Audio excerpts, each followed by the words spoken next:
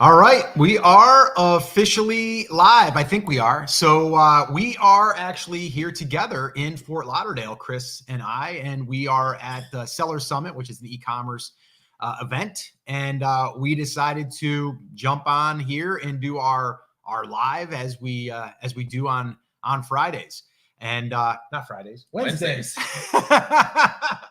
Used to do Friday, but yeah. So we first off, let us know in the comments if we're actually coming through loud and clear, if the audio is okay, if the video is okay, if our connection is okay.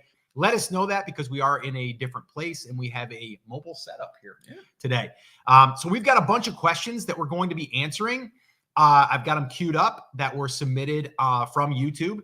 If you have any questions that you want us to answer, I don't know why I'm staring at the microphone. That's in the middle. I was thinking that I was staring at the microphone like I was talking to people, but I'm actually not looking at them here. Now I am looking at them here. So sounds good. Okay. What's up, fam? All good on my end. Awesome. Yes, sir. Trippy Scott. What's up? Salama. Awesome. We can hear and see you. Awesome. So the audio is good because the microphone's quite a ways away from us. All right, cool. So like I said, this is going to be questions. Q&A. We've got some questions queued up. Let us know if you have any questions in the comments, and that way there we can answer those. We're going to go for about 45 minutes to an hour, depending. Chris has a presentation to do this afternoon, so he still has a little bit of prep work to do there. Yeah, so let's get started, Chris. Let's jump in. You want to go ahead and share the question, or do I need to do that on my end? I think, oh, you got it. There you go. Can you advance though? You can't advance. Yeah. Can you? Okay. Yeah, there you go. All right, cool. So I'm going to be looking off because I'll read the question over here. Easier to read. A little bit bigger, a little bit bigger for the eyes. But let's go ahead and dive in here, Chris. Okay. So the question came in from Will, and Will asked, can you change your existing shop up completely, like going from a t-shirt shop to a wall art digital download shop, and still be successful? Or will it screw with the algorithm? And would pausing your store be the best way to make the change, or introducing your digital products gradually? Thank you, brother. You want to take this one first? All right. So the very first thing, and you guys can see I'm taking a nice big deep breath to center myself because I don't want to yell at Will, but moving from one product-based store to another product-based store is probably not a solution to anything. Can you do this? Yes. Should you do this? Probably not, right? Because we're moving from one product-based store, a t-shirt store that sells t-shirts theoretically to a bunch of random niches, to another product-based store, right? A digital wall art download store, which is also kind of based on the premise that we're going to create as many things for as many different niches as possible. Yeah. Right. When you are looking at changing a store, first of all, if you have a general store, right? So a product-based store, a t-shirt shop, something like that, our advice is always that you should be looking for a niche that is buying from you, that you enjoy, that you can continue to create in, and that has sales velocity and continued traffic. Mm-hmm. So changing a shop is possible. And Scott, I want to get your opinion on this, but the way that I would typically suggest that somebody do this, and let's just say, well, that you have a t-shirt shop, right? We're going to go into the back end of Etsy. We're going to look at the products that we're selling, see which ones are selling the most, and then see if that is a niche that has support to get us to our numbers. So if we're looking to make $100,000 a year on Etsy, $50,000 a year on Etsy, do the other products that support that niche that are already being sold inside of the Etsy platform, do those support us getting to that number? And if so, am I interested in that niche? Mm-hmm. And so what I would be doing is going in, looking for a niche that both supports my number, something I'm interested in, and something I already have some sales velocity in, and then moving and transitioning into becoming a niche-based store around that niche, starting to remove some of the products that are not related to that niche, starting obviously with the things that are selling the least, and then collecting the money from the things that are selling the most as we're making that transition. Yeah. Okay. So I'm trying to figure out the best way to say this that is going to make sense to someone that is maybe, and again, we don't know all the details. If the details are you're, in knitting and you're selling knitting stuff, you're then going to want to start selling bass fishing stuff, right? Does that make sense? Can it work? Is there pros and cons to that? And the answer is yes, pretty much to all of that. Can it be done? absolutely. And does it make sense to do it? It could. Maybe. Maybe. It depends. It depends. But I would say in this case, and from what I'm gathering here, is like it's not even talking about the niche, because like they're talking about like t-shirts or wall art, right? We're not really making it clear on, well, you're selling t-shirts in bass fishing and now you want to start selling some wall art that represents bass fishing. All we're doing is just adding different products. Right. But if we're adding like, okay, we're going to start selling, you know, like I said, knitting, you know, stuff or gardening stuff, and then we're going to go to bass fishing stuff. Does that make sense? So, I mean, personally, this question kind of looks like we're talking about, you know, should I add other products other than t-shirts in my shop? That's kind of how I took it. And I think the question needs to be, like you were saying, is like, really, what is the niche that we're going after? And then you can sell both to that niche, right? I think the other thing, and the question inside of the questionception question here is really, what is that effect going to have? And that's something that Amber just said. She said, you know, I had a shop that was dormant, I was rebranding. And so the real question that I think Will is asking is, if I make a change to my shop, what will happen? Mm-hmm. And does the history that I have, the sales history that I have with Etsy, does that take a hit? And the answer, if we're making a change to a shop, is yes. But the question then becomes, how much? And that's why I like the idea of looking at the products that are selling the best and starting with that niche. Because when you're talking about the Etsy SEO algorithm, and if you guys want more on that, we've done 2 lives on that now, mm-hmm. that you can find on the YouTube channel. But one of the things that they look at is what they refer to as the shop score. Mm-hmm. And that's kind of how everything is selling in your shop versus the other shops that other people have in the search results. The other thing that they are looking at is, who are the people that are likely to buy your products? That, to me, is where you're going to run into a little bit more of an issue. The upside of that is, based on the reading of Etsy's documentation, the personalization of the search results, which is where you would be affected there, because they're saying Scott Volker always buys fishing stuff. So if this is a fishing store, we're going to prioritize him over Chris, who sells fishing, hunting, and camping stuff. Mm-hmm. That is a smaller part of the algorithm than the overall store rank and their, you know, swipe left or swipe right query matching type of a thing. So you will see a little bit of a hit in the short term for the products that you keep, mm-hmm. if that makes sense, because you're going to see that they're trying to figure out who the ideal customer is for the things you are selling now. Mm-hmm. How long that takes depends on your sales velocity. It depends on how niche down you are. And it depends on, you know, if we have 5 t-shirts and 4 of them were fishing and 1 of them was Barbie, and we just get rid of the Barbie one and start selling more fishing stuff, obviously it's easier for Etsy to figure out who the person is that's the customer, because 80% of our existing customers, if I can do math, right, 4 divided by 5 is 80, 80%. Mm-hmm. Yeah. Checking the mental gymnastics. 80% of our existing customers are still people who would buy from us, versus if we have 500 SKUs and 5 of them are fishing related, 5 of them are, you know, everything else under the sun. It will take a little bit longer for them to figure out who the ideal customer to show our listings to are, but it's not going to be a killer. The other thing, Scott, is if you have a t-shirt shop, even if you have some designs that are selling, is there a place or a time that you would recommend that somebody just starts a new store based around the niche that they see working on the product-based store? Like, it sounds like that would make Will's life a lot easier. Yes, you do lose the shop history there, but the way that Etsy gets around that is with what we call the Etsy boost. Mm-hmm. If they don't have enough data to make a decision about your listing, they give you that boost to help you get that data so that they can understand that. So if somebody's looking at changing from a product-based store that's been around for a while, is there like a rule of thumb that you would say on when you would go through that approach of switching it versus just starting over?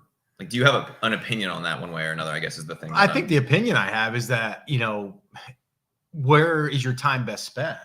You know what I mean? Like, you know, if you were thinking about, you know, you have a t-shirt or 2 t-shirts that are selling well, does that lend itself to a niche? And, you know, because you want to continually get those sales, that's a tough decision, because you're like, well, it's bringing in some money, but how long is that going to last? But in my head, I'm always thinking like, okay, where is the vision going? Where is it taking us? What's the long-term play? And so if you're just looking to make a few extra bucks and you don't care if you have repeat customers, then start a new shop and just be a t-shirt shop, right? Like, but if you're already a t-shirt shop, right? So would you rather just, you know, 50-50, you sit down with your buddy Jimmy, Jimmy says, hey, I have a t-shirt shop. Should I start a new shop or transition the old one? What is your gut feeling on that? Depends how many shirts are selling in the t-shirt shop, right? And if there's one or two, what niche is that? And can I build out other ones with that? And then maybe I phase out the other ones that I'm not doing well, and I start adding other t-shirts or other products that are related to that. Or I just keep, keep that shop kind of as is and then start a fresh one. My only thing is with starting a fresh one is you are starting from scratch. You are also going to be in somewhat of a probation stage. You're going to get probably suspended as soon as you open the store. Payouts take longer, all of that stuff. So that's why I'm always kind of reluctant to do that unless you are completely starting over in a completely different niche, and that makes sense. You want to kind of separate that. So that's what I would say there. So hopefully that was helpful. Let's move on. So before we jump into some of the pre-recorded questions, we got 2 questions about ads that came in. The first is, how do you know how many products to run Etsy ads on if you have about 150 total products? The answer in my book is turn them on all of the products and see which ones work and see which ones don't. If it doesn't, turn it off. If it does, leave it on, right? If you want to run them like 50 at a time so that you don't have to put a bigger, more than $5 budget on it or $10 budget on it, then you can do that. But you should be running ads on all of your products until you've seen that it doesn't work and know why it doesn't work. And then a similar question, is it worth running ads on a brand new Etsy shop? Yes. Yes. Let's say it together.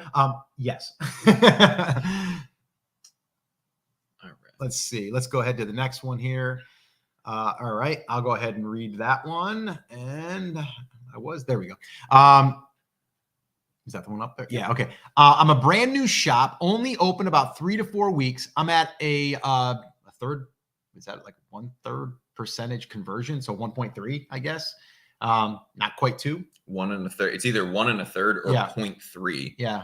I'm going to say that it's like under 2%. Okay. Well, we can do the math here, right? 789 clicks with 7 orders. That would actually be about a 1% conversion rate. So a 1% conversion rate, $250 profit. How do I get my conversion rate up? 350,000 views, 789 clicks, and 7 orders with $562 in revenue and about $250 in ad spend.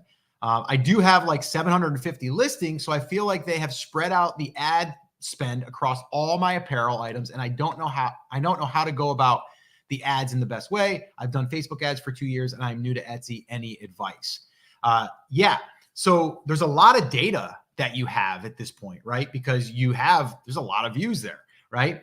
And you have a lot of clicks. So the very first thing that I would do, and Chris, I know you're going to have your thoughts on this, but the very first thing I would want to do is go, okay, are the clicks leading to sales? And some of them are, and some of them aren't. And if they aren't, the ones that aren't, actually converting to sales, let's find out why, right? And let's start looking at things like the images. Let's look and see like reviews. Let's go ahead and look at, even on that one there, I might even look at like, well, are people getting there with a search that's not really 100% targeting that listing, but they're clicking there because of the images maybe? So a thing there to do is look at your ad that's getting a lot of clicks that might not be getting sales. And I would look at the keywords inside of the ads dashboard and see what keywords are leading people to the ad. And then if they're not relevant or they're too broad, like if we were selling like bass fishing shirt, but we were just coming up for fishing, I might want to take that out because it's too broad. Or maybe it's something like camping and they're being led over to the ad and they're clicking on it, but yet they're not converting. Well, maybe it's just too far out of really what they're intending to search for. So I would do that. But I think the conversion piece is going to be images. It's going to be probably your description a little bit, and it's going to be your reviews.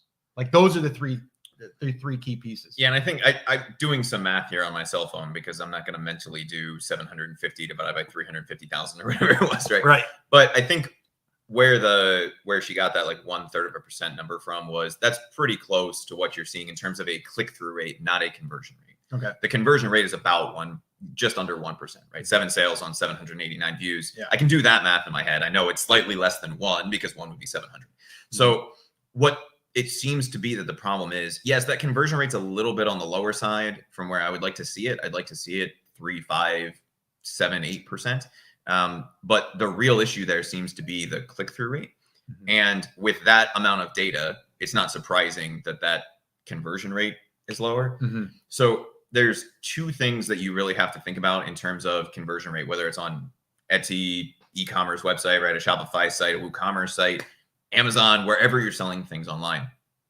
The conversion rate is the number of people who see it versus the number of people who buy it. What is the best way to increase the number of people who buy it? Increasing your conversion rate. Mhm. But the other thing you have to take into consideration is there a way to get more people to see the product? Meaning, not that they just saw it in the search results, but they actually went ahead and came to the product page. That to me would be where I would focus in the short term, because there's only 789 people. So it's a smaller data set than I would want to see to say, hey, this is a 1% conversion rate listing. Mhm. So the very first thing I would be looking at if this is my listing is, what is the reason that my click-through rate from the search results is so low? Mhm. And what am I doing in that first image? What am I doing in my title? Am I priced $50 higher than anybody else? Right? Because if we can increase the click-through rate, even without increasing the conversion rate, we're going to have more sales. If we can go from 1/3% to 2/3% in the click-through rate, we just went from 7 to 14 sales without having to do anything else on the listing. Mhm. The upside of going with that approach is it just so happens that many of the same things that influence click-through rate also influence conversion rate. So Mhm. if our first image is bad, they're never going to click on the listing. Right. But if our first image is bad and they do happen to click on the listing, then they go, man, that first image is really bad. Mhm. Maybe I shouldn't even go through with this. Right. Or it doesn't show me everything that I need to do. And so there are going to be some additional things on the conversion rate side that you're going to want to take a look at. But my first focus would be on driving as much traffic to that listing as possible. You are clearly ranking. You're clearly getting impressions. So the first question in my mind is, why aren't more people coming to the listing? The answer there is usually going to fall somewhere in the title or that first image. And also, if you're not taking advantage of the Etsy video placements, Mhm. where that then becomes that Etsy thumbnail image in search, make sure that you're doing that. Motion, Etsy seller badges, all of those kinds of things are going to increase that click-through rate from the search results. And even if you do nothing else on your listing, you're naturally going to sell more because there's more eyeballs on the listing itself, not just seeing it in the results. Yeah. No, I love it. Okay, we're going to go on to another question. If you guys have questions, though, while we're here live, put them in the comments. And if you're watching this on the replay, you can put those questions in there too. We'll go back to them. I just actually snagged these from some recent videos that we had uploaded. And by the way, little shameless little plug here. Definitely subscribe to the channel if you haven't done so already. And maybe do us a little favor. Maybe they could smash the like button. Oh, that would work. You know, that would be helpful. Could you guys do that for us? That's the only thing you need to do today.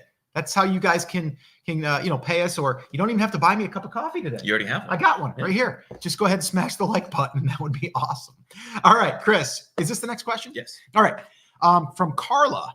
Thank you, Carla, for submitting the question. Can you please tell me if a holiday would be considered a niche or a niche? Either or. Nicho. A nicho. We don't want to go down that. Scott's speaking some Spanish. We don't want to go down that. Just because you're in Florida, you speak Spanish now? I guess. All right. I'm thinking so. Then I guess you'd have to sub niche, right? Let's say you could have a Christmas shop and sell mugs, shirts, stockings, and so on, but you would need a theme maybe to stand out. But I guess you wouldn't want to be too specific, though, like Moose Christmas would be limiting. Also, if you aim just the most money in a few, or if you make the most money in a few months, it would work, right? I'm concerned though, if you aren't making consistent sales all year, Etsy, they wouldn't know that you exist, whatever. So, okay, here's what I'm going to say to this. Yes, I think that having sales history is important, but is it as important like around the holidays? If you have an account, if you have an Etsy shop that has sold last fourth quarter, it's probably going to remember that you sold last fourth quarter. Okay. Now, will it do better if you have consistent sales and if you have consistent, regular updates and new listings happening? Probably. But if you have a product that's being searched for, you're probably going to show up and you're probably going to make sales. So I do believe that if someone wanted to just be a fourth quarter type Etsy business, they could. But that doesn't lend itself for us. Like, that's not our approach. Like, we like a brand. Like, we like to build a brand. We don't like to just put all our eggs in one basket, like an Etsy basket. So that wouldn't be our play. Now, what I would say is people that are like, well, I just want to sell Christmas stuff. That's my niche, right? I would ask you, is that a niche? According to Christmas Tree Shop, yeah. I mean, technically, maybe. Like people would say, I love Christmas, but it's not something that is a niche in the way that we think of it. Right. Right. So the two tests that we like to use are something people can identify as. It would fail on that part, right? Mhm. You can't. Well, you could, but it would sound ridiculous, right? I am Christmas. Right. Sounds weird. Right. I'm a Christmas fanatic, maybe. Right. And there are some people that would identify that way. I would say that's less of a thing than like a Disney fanatic. Yeah. Right. So they have people who just love Disney and go to Disney and like plan their whole year around that. Yep. Cool. That would be an example of a niche, right? Yep. Marketing to those people. Because Christmas is evergreen, I would say that is not evergreen in the same way. Yeah. It's not happening all year round. Then yeah, unless we're in the movie Elf and you are Will Ferrell, obviously. Of course. Then there's not really like people in real life that are thinking about Christmas all year round in that way.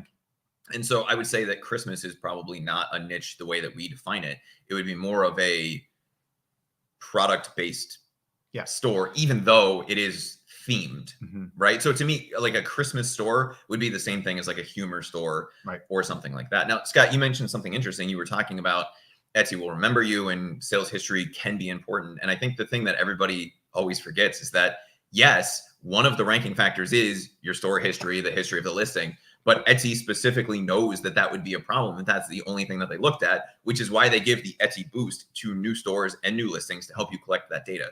So you don't have to worry. Like if you're just getting into this year and you have Christmas products that would sell, Christmas moose, I think is what she said in the question. Yeah. There's no reason not to create them and list them. Although I would start thinking about that here in the next month or two, as of the time of recording this, just so that they're up and starting to get ranked in time for that. But if you only want to sell Christmas stuff, you can do it, but that wouldn't fall into a brand the way that Scott and I think about a brand. No. What I would do, and you brought up that like listing products like now for then, and people would be like, well, why? It's so far off.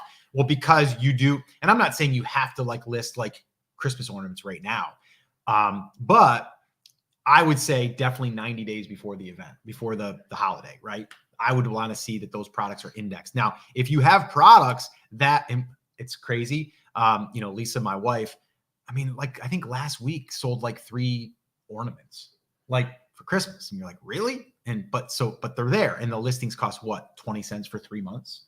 So it's like, was that worth it to leave them up? Yes. For 80 cents for the year. Right. Yeah. and to not have to worry about forgetting to relist it when Christmas comes around. Yeah. And I also think like, and we don't know the data on this or like what would happen, but does it affect you if you like archive it and then relist it and post it new? I don't know. I don't know. So is it worth it to do that?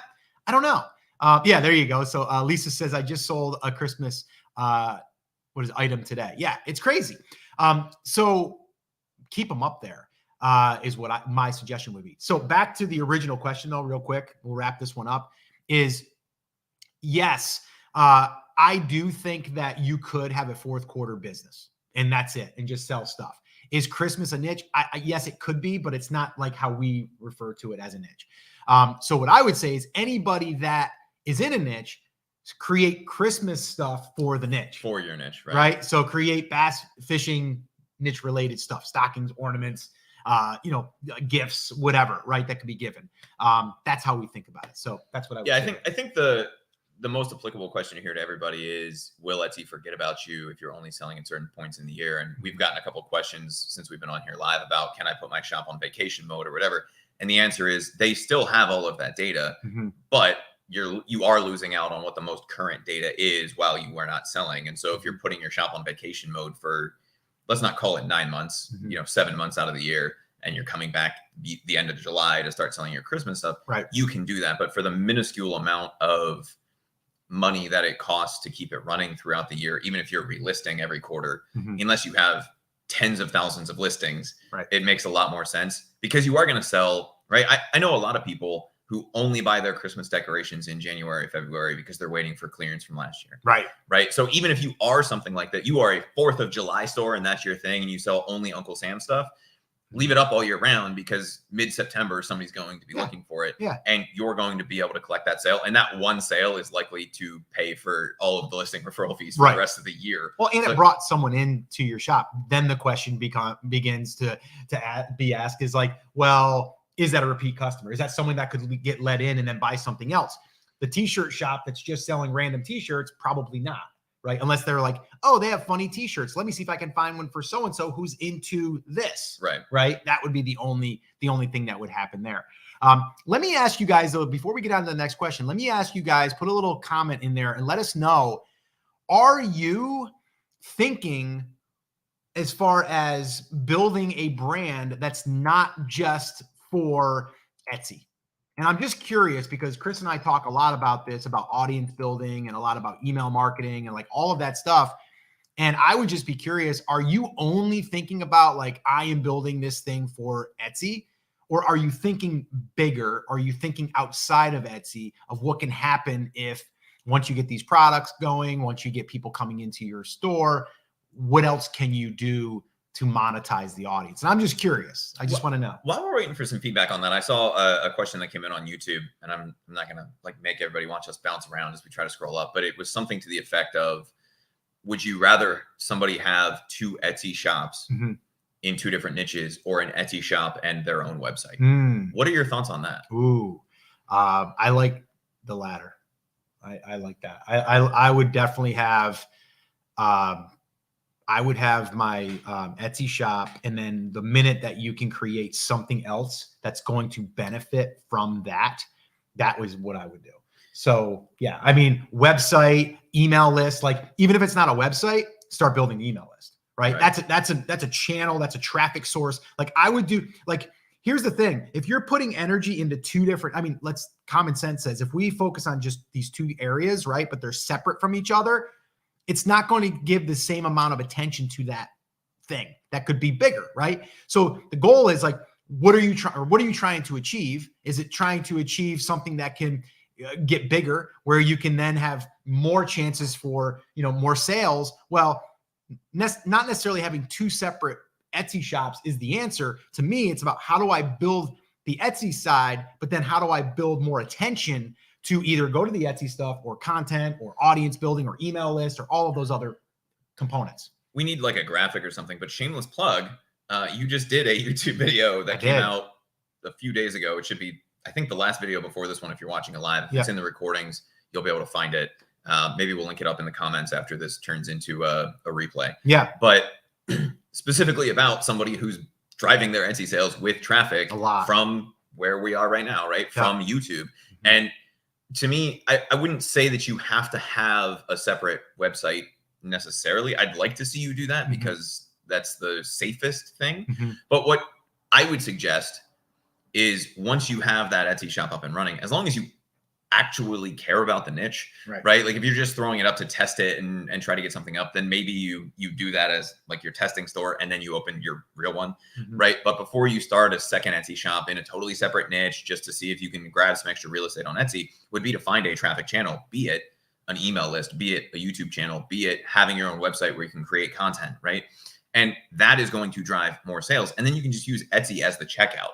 Is that less ideal than having your own e-commerce site? Probably, because Etsy takes a much bigger percentage than even somebody like a Shopify, even when you account for the $29 or more a month, plus their transaction fee and the Shopify payments fee and all of those kinds of things. You're still talking 4 or 5% realistically, even on something like Shopify. But then you don't have to build that. You can focus on the thing that truly matters, which is having a traffic source. And if you can focus on that, that's awesome. If you're a writer and you want to write content, then you're going to have a website. If you want to create YouTube videos or video content, then you're going to have a YouTube channel, right? Yes, you could do this on Instagram, you could do this on TikTok, but we like to focus on evergreen things, which would be organic traffic, which is what you're going to find somewhere like YouTube or Rumble. You're going to find that through traffic that's coming in through the search results. So I think that's probably the direction that I would go with. I got a question for you. So if you had the option of, you had to make a choice, you're on Etsy, you're adding products there, you're building somewhat of a, an audience there, if you will, right? Because you're following the whole brand building strategy. do you build the website first or do you build your email list first? I would build the email list first. Okay. And the reason for that is then when I build the website, we have somewhere to send traffic to, and we have the traffic source down, right? We have the Etsy shop and we have the other thing. But in the meantime, while I'm figuring out what I want to do with the website, what I want to figure out with the other traffic stuff, Yep. I have some traffic that I can point. And I think that's one of the things that's really nice about email marketing is it's a fire hose of traffic of people who are genuinely interested in your products, yep, or at least care about the niche, that you can start to point wherever it is that you want them to go. So in the short term, you can drive them back to Etsy. In the long term, you can drive them over to your website or wherever else that you want to do. And interestingly, like hindsight being what it is, that's how we built the brand that we built with Debbie, right? Right. Like, yes, we built a website, and what it was a landing page, right? It was a single page landing page. And we had, we did the giveaway model and we built an email list that way. And then we launched the products. In that case, it was on Amazon. And then once we had some money coming in from that, that's when we moved the whole thing onto WordPress, started creating content and building another traffic channel via the website. But we started just by building the email list, and we used that to launch the products and the traffic.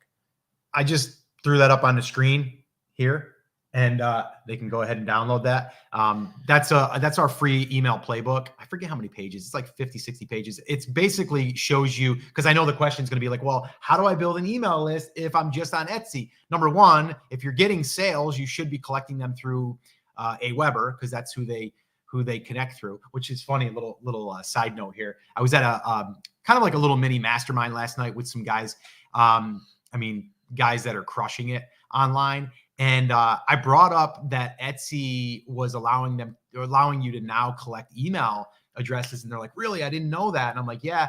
And then they're like, like, how does that work? I go, well, it's connected to Aweber. They're like, Aweber, they're still around? Like, literally, they're like, really? And I'm like, yeah, really. So Aweber is the only way right now legally or within the terms of service to do it properly and to stay within terms of service. So if you haven't yet set that up, set that up. And then when you've done that, and now you're thinking to yourself, well, how do I build an email list of people that are interested in my products? This right here will actually walk you through how we do that. And it's through a giveaway model, or the fishbowl method, as I like to call it as well. Because it's kind of like years ago, we used to have people sign up to win a photography session, and they would drop their name and email in a fishbowl, and then we would pick a winner. That's where we came up with that name. So anyway, that's what I would do. All right. So the next question we have, is it necessary to run ads as a beginner on Etsy? Can we get organic sales?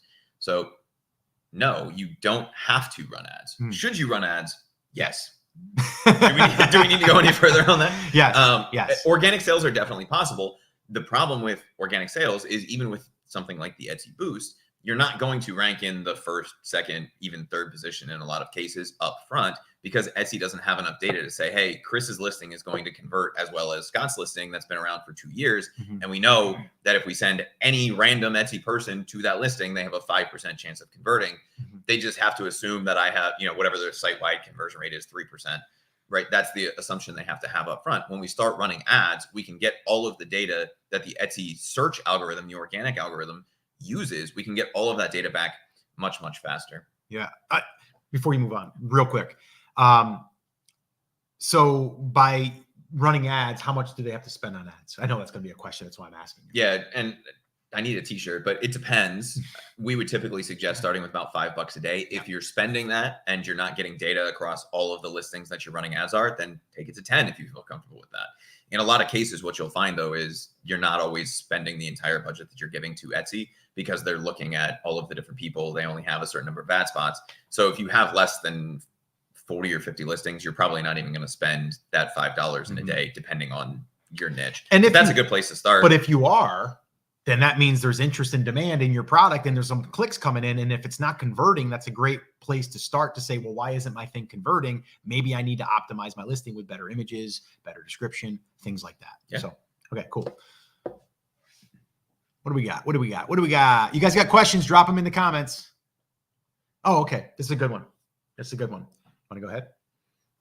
Would autism or neurodiversity be a niche, or would that be a sub niche? I get lots of favorites on one particular item, but I only have a shop with 9 total sales since March. So I would say autism and neurodiversity are probably two different things. Autism would probably be a sub niche of neurodiversity. I would probably include some things in there like Down syndrome, some of those kinds of things. So autism for me there would be a sub niche, and that doesn't necessarily fall in the test the same way that a lot of other things do. Like it would be weird to say I love autism or I like autism, but it's I support autism awareness. Right, is how that would change from that test. Or I have autism, I am autistic, I am an autistic, a parent of an autistic child. Right, so that is very much a niche. It is a very passionate niche.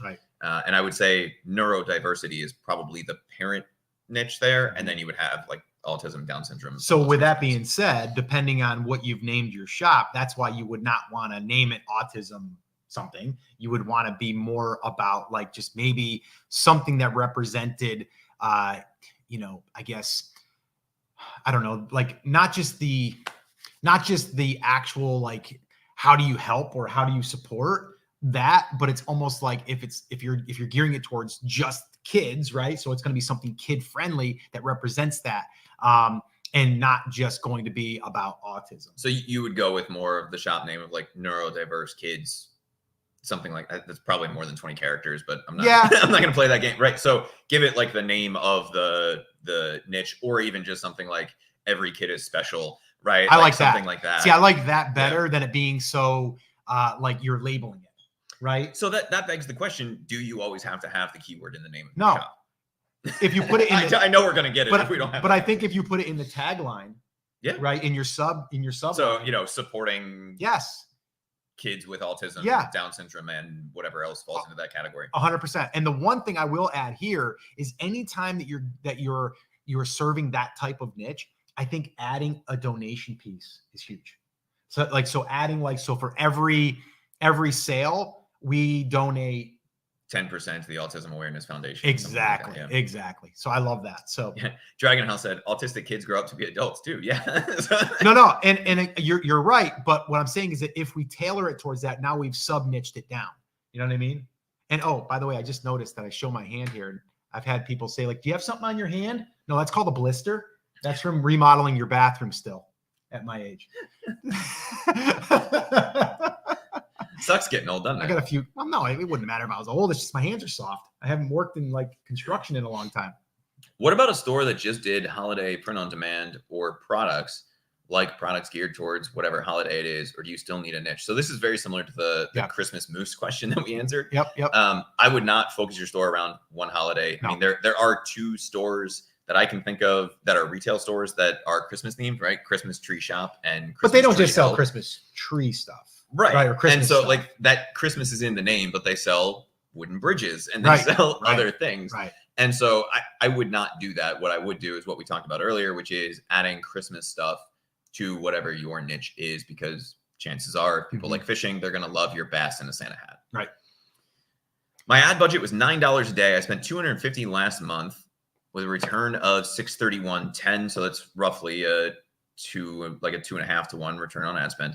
Is this indicative of too much spent on marketing or my SEO not being effective enough? After finding you guys, I lowered it to $5. Nothing wrong with that. I'm hoping this helps some. Thanks for the content. I'm about 1.5 years in, and I thought this was so helpful. My other struggle is I'm usually a late comer to the holiday party, so I definitely am going to try harder on that. Do you utilize the $35 free shipping threshold that Etsy pushes? I do, but shipping costs eat up profits while remaining competitive in pricing. Is it worth it? Does it help with the algorithm? So 3 questions in one. Yeah. Let's start at the end and then work our way back to the beginning. So does free shipping help the Etsy algorithm? Yes. They literally say it in their documentation. And the reason for that is it's a conversion rate increaser. Anything you can do to increase conversion rate and have that be an actual thing on your listing will help you to be ranked higher in Etsy, because at the end of the day, the only thing Etsy cares about is that they are connecting people with the products that they will eventually buy. And so anything we can do to increase that conversion rate will.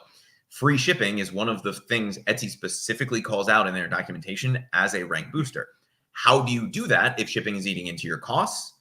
You either eat it or you include it in your costs. And the question will be, or the response, it's not usually a question, it's usually more of a snide remark again, is, well, nobody will buy a $30 t-shirt. And the answer is yes, they will. Right. Only about a third of the market even really considers price, not as the only factor, but as a factor when they are buying something. So yes, you will lose some sales on the organic side when somebody's just looking for the cheapest bass fishing Santa hat t-shirt, just to go back to that example. They'll buy the $5 one. But if they're really into bass fishing, they've bought stuff from you in the past, or they're looking for something that's a little bit higher quality, even if it's the same exact t-shirt, the higher price is an indication it's probably a higher quality to a lot of people. You're still going to get those sales. And what we typically shoot for, at least in the past, was always about a $10 profit margin with everything included. And so if you have to raise your prices to cover for that, you're actually probably better off even selling a few units less, because you're going to make more on the ones that you're selling. You're going to rank higher, which means you have more chance to sell. Well, the other thing is to think about, and this is why we always talk about like building the brand and building product lines. If that one product is selling well or could sell well, but you're increasing that, right? You're increasing the price now, but you're going to make less money.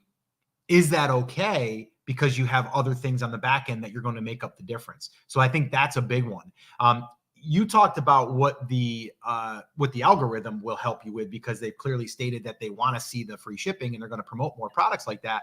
But what we really didn't talk about was also you're going to probably increase your conversion rate, which is going to also create a better, another data point. That's a separate data point. That's right. Also correct. Exactly. And so that's the reason they give that the boost that it does, is because they know that across the board, free shipping is a conversion rate booster. So they want to give that to everyone who's offering free shipping. Yep. But in addition to that, because you are offering free shipping, even if they're paying $5 more, it's not another thing they have to think about. So it does increase the conversion rate. I mean, I think you know what, in the comments, let me know right now, would it matter to you if you saw an item that you were going to purchase and one was charging, $5 more, let's say, right? But you got free shipping, and the other one was charging $5 less, but you had to pay shipping, right? What one would you be more inclined to want to buy? Because you feel like, I don't want to pay $5 for shipping. I'm going to do the free shipping. We were literally having that conversation this morning, talking about the reason that people buy things on Amazon. Yes. And it's like, it's just built in free 2-day shipping, and you know that you're going to get it within 2 days. Or I guess this apartment specifically, you're going to get it in like 4 hours. Well, but it's like, like I said to you, like, okay, so like I have American Eagle jeans, right? And so I'm like, I want to buy them on Amazon because I want to get my free shipping and I want to get them in a day or two or whatever. I don't want to go to, even though American Eagle is a well-established brand and all of that stuff, I literally go to their website, find the jeans that I like, the ones that whatever, and then I go over to Amazon and I try to find it on there. And if it's there, I'm going to buy it there versus their own website. So, you know what I mean? Like, I'm looking for the free shipping because that's what we've been conditioned with. So we clearly know that if we see free shipping, that's what we want, because we feel like in today's day and age, we don't want to pay for shipping. We shouldn't have to. Amazon made it where we don't have to pay shipping, even if I'm going to pay a little bit more on the product. So Dragon House, 2 things from Dragon House. He said the niching down of the autism kids is fine, but you wouldn't really be selling to them, right? You're selling to the parents. Yes. So even as they grow up, you're not infantilizing those people, because it's the parents who you're really pitching to there. And it's like, I support autism research, right? Like that's the kind of stuff you'd be selling there. But the other question that Dragon House asked, or House, dude, it's a good German dragons over here. Do people respond more to free shipping or bigger discounts? My contention would be free shipping. And the reason for that is the people who are responding to discounts tend to be more price sensitive, but you're not adding a decision point with a discount, right? You are taking that away to some extent. And I'm thinking about like the candy at the checkout aisle, right? They're like, yeah, I wasn't going to buy the Snickers bar, but it's right here. Right. So when you have a discount, it's those people. You're pushing the people who were already ready to buy the product over the edge. When you're talking about free shipping, that is a second decision that they have to make, because they're seeing $29.99 for the t-shirt. And then they get in and they put in all their information and says, hey, it's going to be $7 to ship it to you. And you go, well, it just went from $29.99 to $36.99. Do I really want that t-shirt? And so you're actually forcing them to remake the purchase decision, which is why that decreases the conversion rate, right? And at least US people will probably understand this. If you've ever been to an electronics store, you get to the register and they go, do you want the extended warranty for that? Yes. And everybody goes, no. Yeah. And I've literally seen people walk away from there just like, why are you bringing this up? Right. And it's like that, but on steroids, because I'm at the point where I'm going to add something to the cart. Mentally, I've said it's $30. And then add it to the cart. I go to the checkout. I realize it's $37. Right. That feels much different than $30. Mm-hmm. If I've made the decision to add it to my cart at $37, that's not a problem to me, right? But what you will see is free shipping will typically increase conversion rates because it takes away a decision point. Yep. And a lot of people have that decision fatigue. And so if you give them another decision to make, and especially a price increasing decision, not a separate product, right? Something that's going to increase the price of the product that they're already ready to buy, that is a downside, right? Versus, and Scott, think about this. You say, I'm going to pay $30 for this. Mm-hmm. You get to the cart and there's this plugin called Honey, right? You guys have probably heard from this. I think PayPal bought it a few years back. And what it does is it scours all of the promo codes on the internet every time that you buy anything, not sponsored. If you guys want to do that, that's fine. But you get to the cart and it searches the entire internet to try to find a promo code for that website, mm-hmm. right? So if they got to the cart and it is suddenly $10 less, that's a very different thing, right? They're like trying to find their credit card as fast as possible before that goes away versus it being $10 more. Right. Could you imagine going to the grocery store, getting your pound of beef and getting there and saying, hey, if you want us to not just put raw beef in the bag, you want the package for this, it's going to be another $5. Right. How fast would you leave that grocery store, right? Mm-hmm. And that's the same thing we're asking people to do when we ask them to pay for shipping. Mm-hmm. You're not always going to have the option to do that, but if you can build it in and not add $75 to the price of the product mm-hmm. and price yourself totally out of the market, then it's worth building it in. Yeah, no. The other half of that question, Scott, was about ad spend. And I think if you are budgeting $9 a day, 2.5 to 1 return on ads is not bad. The other thing you have to figure into that is, did you have an increase in organic sales? The answer is likely yes. But the sales numbers inside of Etsy are only tracking the click to sale that came from ads. Right. The first thing that I would be looking at there is not necessarily pulling budget back. It would be optimizing budget. And the biggest thing that people miss with Etsy ads and any ads is that you can't just let them run. Mm-hmm. You have to look at what's costing you the money. And in the case of Etsy, what you will find is they go much broader with a product that you are running ads on than they will on the organic side in terms of things that it might rank for. So if we're calling that, if we're calling this a tumbler, right, we will rank for tumbler on the organic side. We might not rank for water bottle. Right. When we run ads, they go, well, a tumbler and a water bottle is kind of the same thing. And if they're willing to pay me to show up for water bottle, then I'll do that. So you have to go into your ad search terms and see what's driving traffic. And what you might find is that water bottle is not a profitable search term and it's costing you a lot of that $9 daily budget. So turn that off and your return on an ad spend immediately goes up because Etsy stops sending traffic that's not converting. And so that would be the first thing that I would look at before you're worried about, only getting a 2.5 to 1, which is not bad. I'd like to see that closer to 4, just as a general rule of thumb. But the optimization there, I think, is something that a lot of people miss out on. And the last thing I'll add to that is talking about like when you're looking at your 2 to 1, but you also got to look at like, okay, are you collecting email of a customer? If you're not, start doing that. And then 2, do you have other products for that customer to buy? Are you in a niche-based store or a product-based store? Because it makes a huge difference when because I hear a lot of people, I would say probably, I'm going to say as high as 80 to 90% of people that say like, I only made $5 versus I could have made 10 if I didn't run ads. Yeah, but you wouldn't have had that sale. Number 1. Number 2, you now have a customer. And number 3, if you have other products, you have another chance for them to buy from you. So you have to think about that when you're running ads. That's the better mentality and the better mindset going into ads. And when you do that, you're like, I'm willing to lose a little bit, not lose, but not make as much profit because I'm gaining a customer. And then it's the question of like, okay, when I'm thinking about creating new products, what new products can I create for that customer? So, yeah. Along the same lines, can you help on how we should adjust the ad search and how to determine what words we should exclude? So the words you should exclude are the ones that are leading to lots of clicks and no sales. Yep. And it is usually fairly obvious, right? If you tell me, hey, I got 1 click on weird metal water bottle and it cost me $1, I would say that's not enough information to turn that off. But if you have 15 clicks on, I don't know, Dragon House, maybe you can help me out. What's the German word for water bottle? Which I've occasionally seen some like other language stuff pop up when you're running Etsy ads.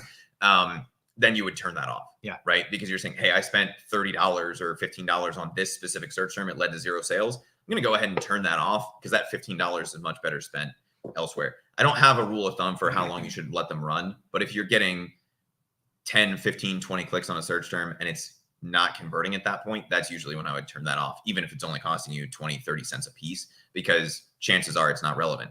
The easiest thing to do is just to turn off anything that's obviously not relevant. If I am selling this tumbler and I'm showing up for tumble pants, right? Or like what's toddler tumble class or something, and Etsy's showing me for that, I'm immediately going to turn that off, even if I only have one impression and one click, because that's not what this product is. So the first thing to do would just be to scroll through anything that's not relevant to what somebody would actually type in to find your product, turn that off, and then go back through and see anything that's costing you a lot of money and not resulting in sales.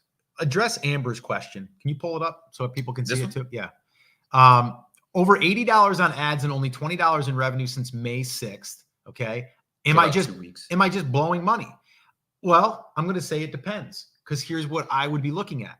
I'd be looking at, okay, you got $20 in revenue. So I don't know if that's 1 sale, 2 sales, 3 sales. If you're selling a digital product, I don't know. Right. But let's say that that's 2 sales.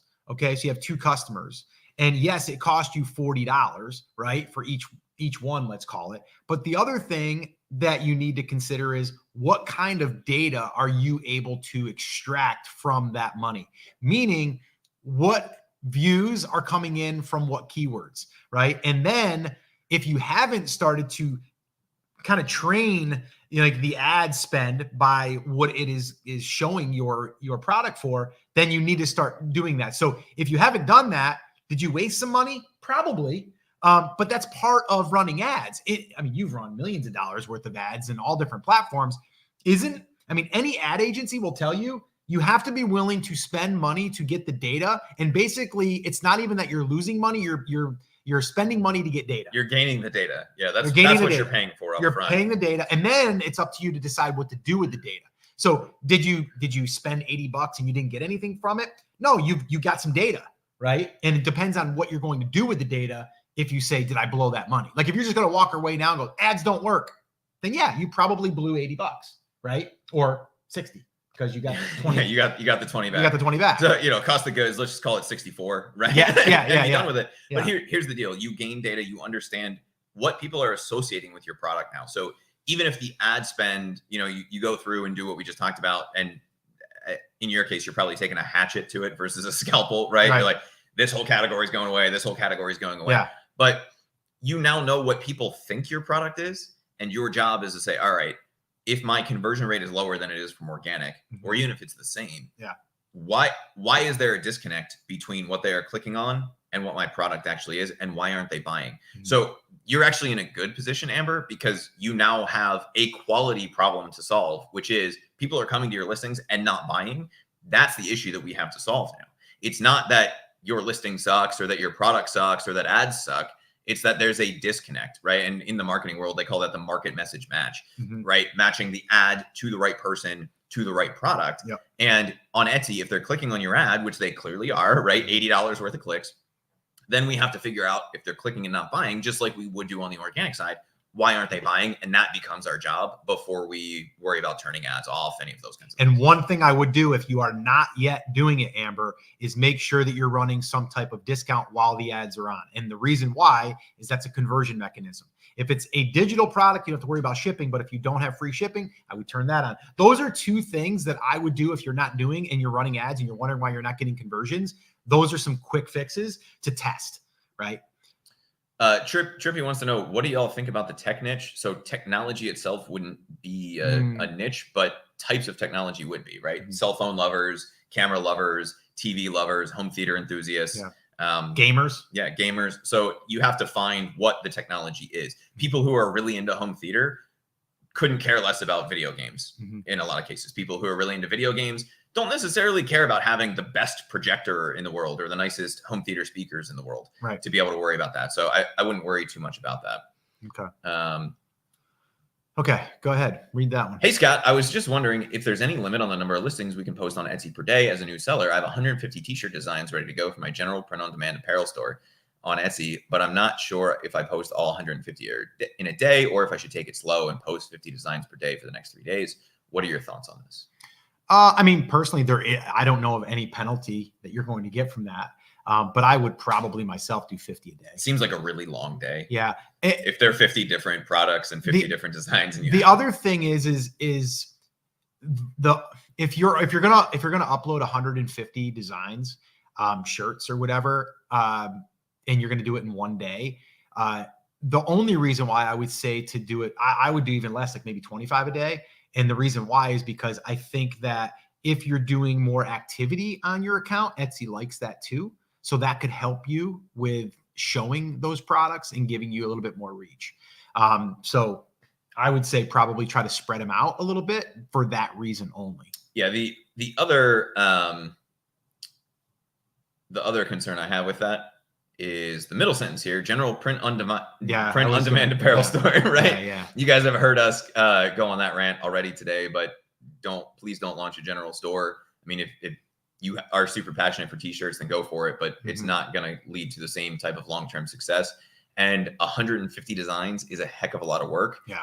And I would like to see you getting 150 products that the same customer would buy. Yeah. And that's a much better use of your time. And the upside is it takes the same amount of time to create those 150 designs as it does to create 150 designs that would be bought by 150 different people. Carl wants to know, he said, Scott, I love your work, love your videos. Please keep it up. Actually, he said, keep it up, please. A question, if I may. At what point do you need to consider having a second Etsy shop? So what I'm talking about is an example of selling dog art, and then you decide to branch out into cat art. Do these cross over enough to be in the same store, being art and all? Then you decide to branch into dog t-shirts, cat t-shirts. Does the t-shirt store warrant a separate shop, I guess, is what the question is there. So this is actually good because cats and dogs have been going at each other forever. They should be an example of things that are total opposites, but aren't really, at least in my opinion. And Scott, to me, that would be the pet lover niche, right? It's a little more generic than I would typically suggest that you go, but there's no reason that you wouldn't be able to do that. No, I think, okay, like looking at like the big, it's weird. I got to see what side I'm actually on here. I have to flip the camera. I know. You're targeting the pet niche is basically what you're going after. So, I personally think you could just target one, but if you're saying like, that you want to do cats, you want to do dogs, maybe you want to do, other horses, like whatever, like I would basically create a pet overall umbrella type shop. And then I would start to do different verticals, in those sub niches. And that sounds like that'll be better for you. Now, if someone comes in and buys a horse design or art thing, are they going to be interested in a dog thing? Maybe not, but chances are they probably will because they're probably into animals. Yeah. So it's not as close as I would like it, but it's still close enough. Yeah. I mean, if they're sold in the same store in a different, like essentially in the same section, right? Like cat food is right next to dog food. There's enough crossover there that it's not really an issue. I mean, look at all the national chains, like PetSmart. Right. You know what I mean? Like that's it, PetSmart, right? Yeah. Yeah. If you go there, it's like you're going to go in there, you can see, dogs, cats, gerbils, like, like all of the different, pets, hamsters, like all. Now I'm not saying you're going to do hamster art. I mean, that would be, there is hamster stuff though on Etsy. I looked into that. There's all kinds of small rodent art. Yeah. So, think about it like that. Like that's you could call it a general store, but it's a general store for pet. Yeah. I think that's probably broader even than like cats and dogs together. Yeah. Right. And like, I might not do cats and birds. Right? Like there's a little more animosity there. Yeah. Not a lot of bird owners have cats versus like, I know a lot of people that have both cats and dogs. Right. And so you're not going to turn off dog people by having some cat stuff, as long as it doesn't say dogs suck, cats rule, right? Right. Like, as long as that's not in their face all the time, that's not that big of a deal. And there is enough crossover there that it's probably okay. What would you do personally? I think personally, I would probably have a dog store and a cat store, just to keep everything clean and separate. It's a little bit more work, but it might be worth it. I don't think you have to though. There would be no reason that you would have to. I think I would just do that to keep the audience cleaner on the back end for like the off Etsy stuff. Like if somebody goes into your Etsy shop and sees cat stuff, they're not going to be turned off by that. No. But it would make the off-site stuff a little bit easier and cleaner. And I would also be looking at like what has the most demand and opportunity right now, and what can you create more of and serve that audience. So I would probably go there as well. But I think either or works, right? I don't think there's wrong or right. Word Girl Photo Edits wants to know, how important is alt text in our photos? You should always use alt text, not just because it's technically legally required to support ADA compliance, but also because even though we're moving into this weird AI world, most websites and most people, even Google to a large extent, doesn't understand the context of the image and what's truly in the image. AI is starting to be able to do some image recognition, and they might know that this is a Yeti water bottle or whatever, but only if it's trained on it. Doesn't know what a cat is, doesn't know what a dog is. Yes. 5 years ago, no, not really, right? There's a whole field of AI called computer vision, and it's teaching a computer what blue is. But we're still not really there yet. So even if it wasn't legally more required than not, you're better off taking the 30 seconds to fill it out, because it helps give context clues to things like Google, to things like Etsy, to things like anything that's trying to figure out what the image is. Yeah. And if somebody wants to scroll over the image, they're going to see the alt text there that way as well. Yeah. I just think it's one more place too that you can put a keyword, right? And I think that that's a good thing. So yeah, I would say do it. What else you got? Carlos said, is it a bad idea to upload products for every niche? Yes. I think there's a handful more here. If you guys have any, make sure to let us know. I'm just going to scroll back up to the top here and see. Okay. I believe we addressed this one to some extent. Amber said, I had an established shop that was dormant for a bit. When I rebranded, I changed all the listings before I heard about changing well-performing listings be a bad idea. How long before I recover? The answer there is it depends. It just depends on what the sales velocity and how fast Etsy starts to understand who the correct audience is for those listings. It shouldn't take more than a couple weeks for them to really understand where you fit in the new indexing. They still have all of the historic data, but if you change the title and you change the product description substantially, they do re-index your listing for those things. And so you typically will see a drop after that comes up. Guys, also do me a favor while Chris is thumbing through your questions. Do us a favor. Subscribe to the channel if you haven't done so already. So this way here you get any updates for the upcoming lives. And we're also doing some Etsy shop audits. We're also going to be doing some stuff on audience building. We have a lot of great ideas of what we're going to do. We're even talking about doing like a reaction video kind of little thing. So we've got some cool things coming up. So make sure that you subscribe to the channel. Make sure if you've gotten value today at all, just a little bit, even a little, smash the like button. Give us a little love on the like button. We'd appreciate that. Right, I got two here that I think are good. Hello, I'm currently at 250 sales in 1 month. That's awesome. $20 a day for ads. That's a lot. I do 20, 30, 40 in revenue. Okay. I'm not sure what that means. Okay. My question is, should I keep increasing my ad budget every day? The answer to that is no. Pick one ad budget. If it's $20 a day, that's fairly substantial. I don't know how many products you have, but that is a fairly large budget. Let that roll. And what you want to do is you want to go in there every few days like a surgeon and just cut out anything that's not working and optimize that budget as much as you possibly can before you start spending any more money. Like we've been talking about all morning, the biggest issue with ads is Etsy goes much broader with ads than they do with organic search results, because they know there's other things people might type in that are related to your product and could lead people to your product, but aren't as likely to. But if you're willing to pay for it, they'll do that. And so they'll show you for more things. So optimize that budget before you increase it. There's no reason to even look at them every day, much less increase that budget every day. Scanaleo said, I love you both and I've learned a lot. I opened my store for 3 weeks ago, 20 products, sold 5 items. That's awesome. So far, 2.3% conversion rate. I have a lot of views, like 4,000, but not clicks. So Scanaleo, you have the same problem we addressed a little while ago, which is click-through rate. So what you need to do, see what terms you're showing up for. You should have that data inside of your beta search analytics under the marketing tab. And then take a look at the other products that are ranking and see what they are doing differently. That might lead someone to click on that listing versus your listing. And that's really going to come down to images. Yeah, that's always going to be the biggest or thing. Putting the video in. So this way here, when people are scrolling, they see the movement. So that's really going to come. If you're getting impressions, right? You're getting impressions, but you're not getting clicks. It's why aren't people stopping on the scroll and clicking into your listing? And why are they on a competitor? And that's really where you want to kind of look at that. Jane said, is it better to print out art or do it as a digital download. Not everybody has a printer, and that's the reason we suggest doing both. Like if you're going to have any art-based product, there is no reason under the sun to sell just the digital download or just the physical. Do both. Some people will prefer to, make decoupage out of your digital download, and some people just want the poster. I'm one of the people that is the latter, because what I have found is if I buy a digital download, I then have to go find someone to put that on a canvas for me, or however I want that formatted. And it costs me just as much, if not more, and it's a giant pain in the butt. I have to make another purchase decision. Some people like to do that. I don't like to do that. Right. Trippy wanted to know, can you name a couple of tools that you could use? The question would be for what? I don't know if you guys can hear that, but it's thunder. Just an explosion outside. Just went from a very nice day to a very terrifying day outside.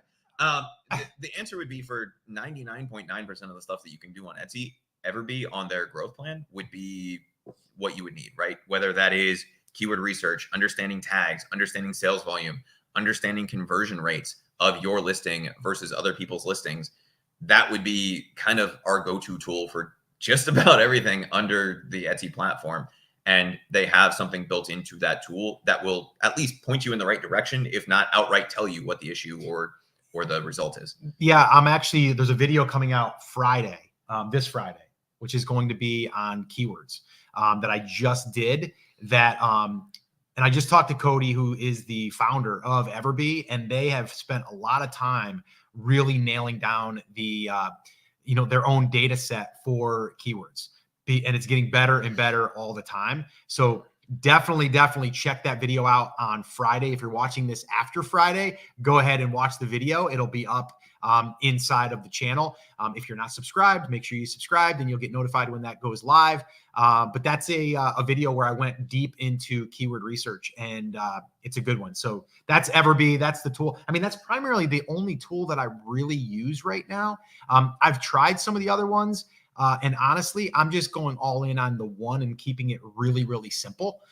They even do, you can track your own keywords now too, and see where you're ranking and stuff. So it's got some pretty cool things, and you can try it for free. I would say the other thing with Everbee that most people are asleep on is the web app version. So everybody knows about the Chrome plugin, but if you have the Chrome plugin, you have any of, and I think it actually even works on the free plan. Cody can yell at me later if it doesn't, but on any of their paid plans, I know for a fact you get access to the web app. If you go to app.everbee.io, and you can do a lot of things in there that you can't do directly inside of the extension. So there's a whole bunch of tools that nobody ever talks about inside of Everbee, like the keyword tracking and some of those kinds of things that just are not front and center in the extension because they don't make sense, but are built into the tool. And if you have a subscription, you can use that and take advantage of that. Scott, I would say 2 more, and then we're going to wrap it up. So Heavy Harmonies says, thank you for your helpful videos. Please tell me that is a heavy rock channel with that some sweet metal harmonies. You're talking to the right person. Is it better to turn on ads for a new listing while publishing them, or should I only use ads for listings that are performing well? Turn them on right away and get the data back. Fast Dingo Ate My Baby said, hey, first of all, thank you very much for your content. It's helping a lot on the Etsy side of things. In the starting phase, selling my shop with digital products. Can you tell me if it's worth creating nonsense, showing pictures I've already created of the product into videos just to have that on my listing? The answer is it's not nonsense. It's a video. And even if it's the same thing that's regurgitated in photos later, you're going to get the benefits out of it because people are going to see the motion. They're going to see that there's a video. You're going to increase that click-through rate on ads and search results. At the very least, take your images that are on your listing, bring them into Canva, and make a slideshow. Like make it zoom in and zoom back out, zoom in and zoom back out. That's it. Like just do that at the very least. If you have your product and you can do video, like zooming in on it and maybe around it, do that. Jep Jorgensen said, how you do discounts or other methods on Etsy to get more sales? You use their built-in sales and promotions tool under the marketing tab. It's the easiest way to do it. Yep. Super easy. That it? That's it. All right, guys, this was great. Chris has got work to do. He's got to present here this afternoon. If you guys are tuning in late, we're here at Fort Lauderdale, Florida, and we are here at Seller Summit with a good friend of mine, Steve Chu, who puts on his event every year. Seller Summit just launched a book, Family First Entrepreneur. You should check that book out on Amazon or Barnes & Noble. I think it's everywhere. I think it's anywhere books are sold. Yeah, it is. So, we're hanging out here. Thought we would do this in person, Chris and I, in the same room. It's weird. It's been like 3 years. It's been like 3 years. So, I want to thank you guys. Do me a favor, though. if you got value, smash the like button, subscribe to the channel. You'll get more videos. Him and I have some really great ideas. And if you guys have any video recommendations or things that you want us to create for you on the channel, drop them in the comments as well. And we're also going to be doing some upcoming Etsy audits where we're going to audit some Etsy shops. If you want your shop audited for free, but it will be public, it will be here on the channel, you can submit that down below as well. All right, that's it. Let's wrap it up. Go ahead. Go ahead, click it. All right, guys, take care.